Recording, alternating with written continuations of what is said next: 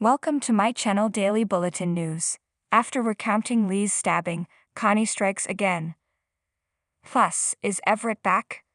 Connie serves imaginary Lee breakfast in the apartment and tells him about her deal with Bobby. She'll take care of his romantic rival if he keeps quiet about seeing her the night of Lee's murder.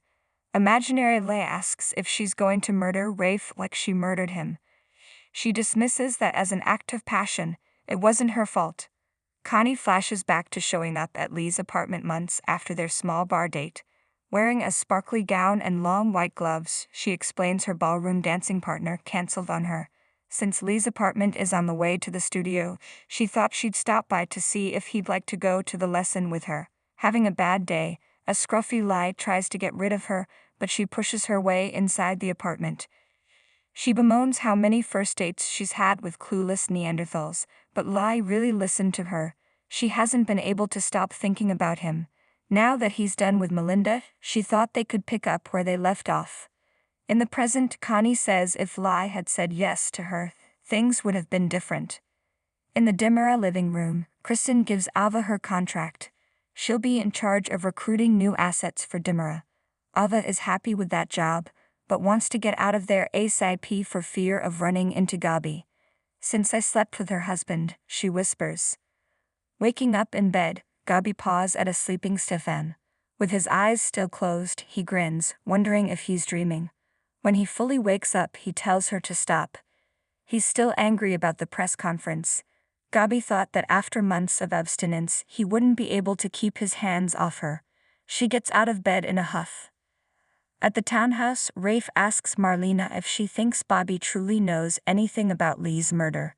She acknowledges he could be playing Jada, but she doesn't believe he's dangerous. She explains that someone with mental illness is far more likely to be the victim of a crime than the perpetrator of one. Regardless, Rafe doesn't like Jada being alone with him. At Bayview, Jada presses Bobby for information about Lee. He flashes back to Connie's visit. His expression tenses and his eyes rapidly blink. He winces, holding his head. When he stops yelping in pain, he looks up at Jada with a stricken expression. "Why are you calling me Bobby? I'm Everett." He looks around, confused, wondering where he is. Jada runs off to get someone. In flashback, Connie reveals to Lee she knows he's been seeing a therapist and offers to heal him. He accuses her of stalking him. She calls it caring for him. He angrily tells her to leave. When she won't, he turns to call the police. She picks up a knife and stabs him in the back. Panicking, she decides it's not her fault because Gabi putting him through hell, with Melinda piling on, is the reason he rejected her. Gabi needs to see what she's done and texts her from Lee's phone. Saying goodbye to Lee, Connie says they couldn't be together in life, but in death, Lee will forever be hers. She starts to leave as someone knocks on the door. She hides as Gil enters, looking for Ava. He gasps upon seeing Lee's body. The black book falls from his hand. At the Dimmer mansion, Kristen tells Ava to keep her mouth shut about sleeping with Stefan, as Gabi enters. Kristen takes a call, leaving an anxious Ava alone with Gabi. Gabi expresses gratitude for the sacrifices Ava made to help keep her safe. She's happy Stefan didn't have to go through it alone.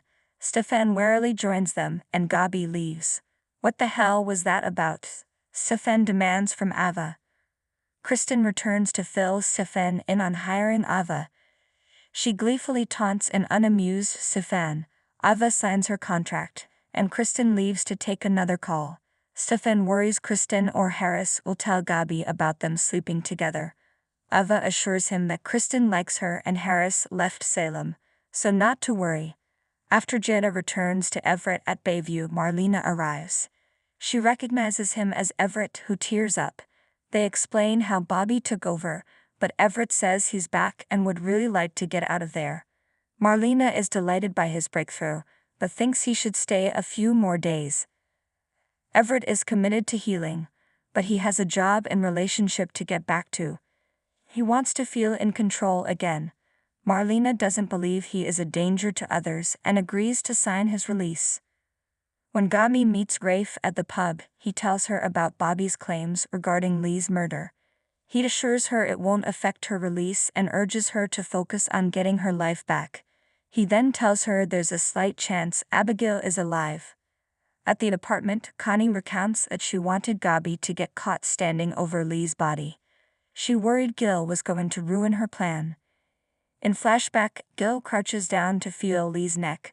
He detects a weak pulse, but doesn't need this kind of trouble.